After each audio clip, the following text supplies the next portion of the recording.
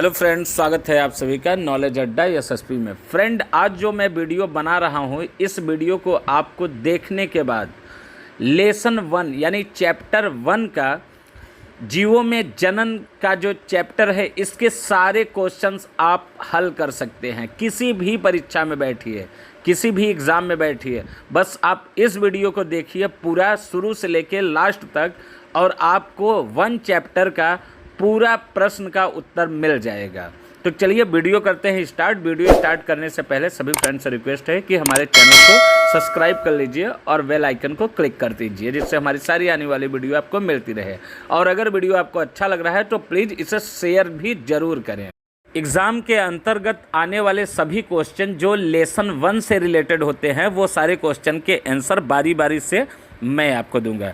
तो प्रश्न है पहला, जीवों के लिए जनन क्यों अनिवार्य है? इसका उत्तर है, प्रजातियों के निरंतरता के लिए जीवों में प्रजनन आवश्यक होता है। प्रत्येक जीवों की एक निश्चित जीवन अवधि होती है। यदि जीवों में जनन प्रक्रिया रुक जाती है तो प्रजातियों का अस्तित्व समाप्त हो जाएगा तथा वे विलुप्त हो जाएंगे। अगला क्वेश्चन है, जनन की अच्छी विधि कौन सी है और क्यों?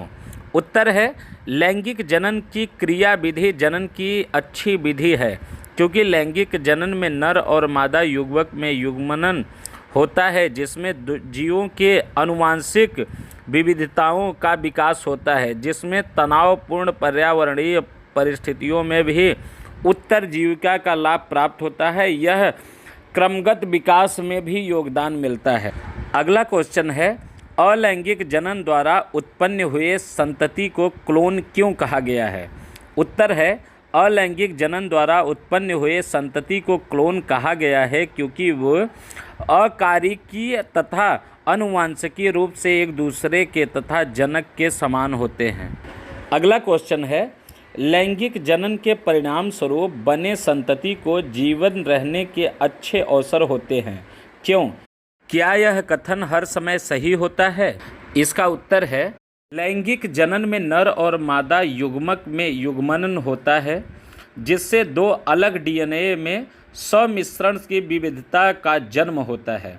यह विविधता जीवों में उत्तरजीविता के बेहतर संभावनाओं के लिए विभिन्न पर्यावरणीय परिस्थितियों में अनुकूल बनाती है। नहीं, यह कथन हर समय सही नहीं होता, क्योंकि संतति जनक के कमतर हो सकता है। अगला प्रश्न है, अलैंगिक जनन द्वारा बनी संतति लैंगिक जनन द्वारा बनी संतति से किस प्रकार से भिन्न होता है?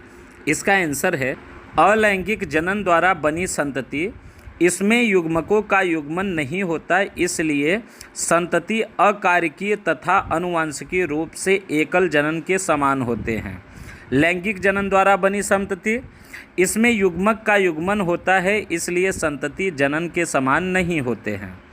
दूसरा है, विविधताएं अनुपस्थिति होती हैं और लैंगिक जनन में है विविधताएं पाई जाती हैं। तीसरा है, संतति पर्यावरण में हो रहे परिवर्तन के कम अनुकूलित होते हैं। और तीसरा लैंगिक जनन का है, संतति पर्यावरण में हो रहे परिवर्तन के अधिक अनुकूल होते हैं। अगला क्वेश्चन है, अलैंगिक तथा लैंगिक जनन के मध्य विभेद स्थापित करो। कायिक जनन में स्वरूपिक अलैंगिक जनन क्यों माना गया है? इसको हम 2 भागों में देखेंगे, अलैंगिक जनन और लैंगिक जनन। सबसे पहले अलैंगिक जनन की विविधता बताते हैं।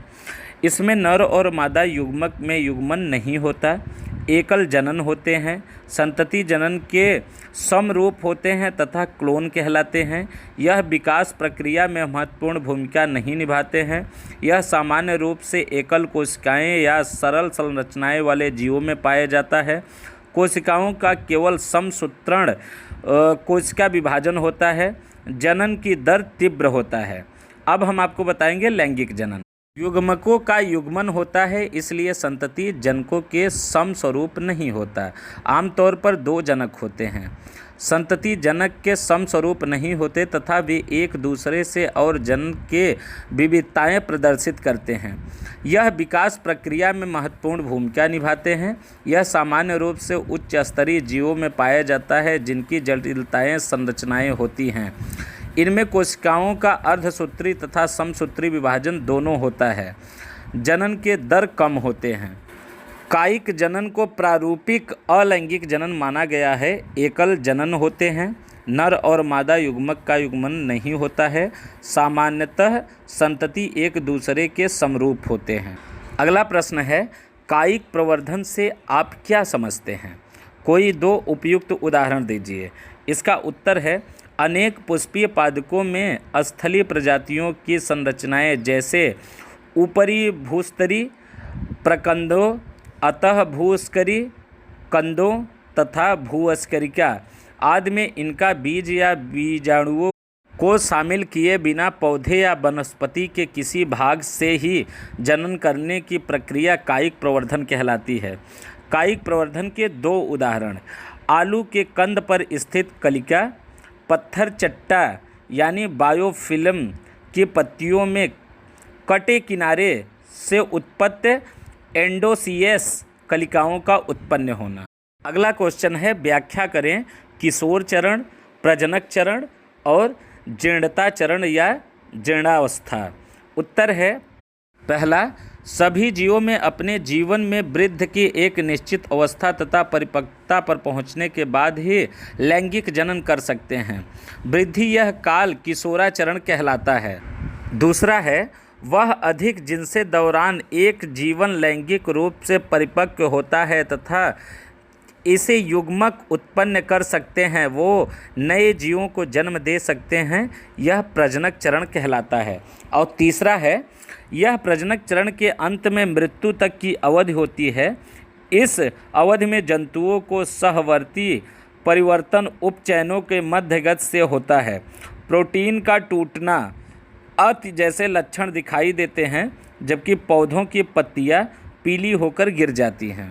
अगला क्वेश्चन है, अपनी जटिलता के बावजूद बड़े जीवों में लैंगिक प्रजनन को पाया जाता है, क्यों?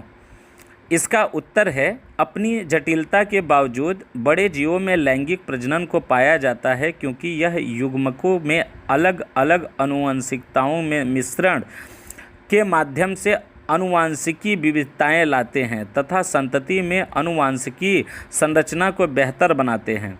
ये कारक प्रजातियों के अस्थिरता में लाभ दे सकते हैं और विकास में योगदान दे सकते हैं। फ्रेंड्स, चैप्टर 1 यानी अध्याय 1 से आने वाले जितने भी 9 क्वेश्चन थे, ये मैंने आपको इस वीडियो में बता दिए हैं। चैप्टर 1 से ही आने वाले 9 क्वेश्चन हमारे अगले वीडियो में आएंगे, उसको भी आप ज़रूर देखिए। अगर ये 2 वीडियो आप देख ले रहे हैं तो आपको सारे प्रश्नों के उत्तर मिल जाएंगे जो आपके बायोलॉजी से रिलेटेड हैं। धन्यवाद।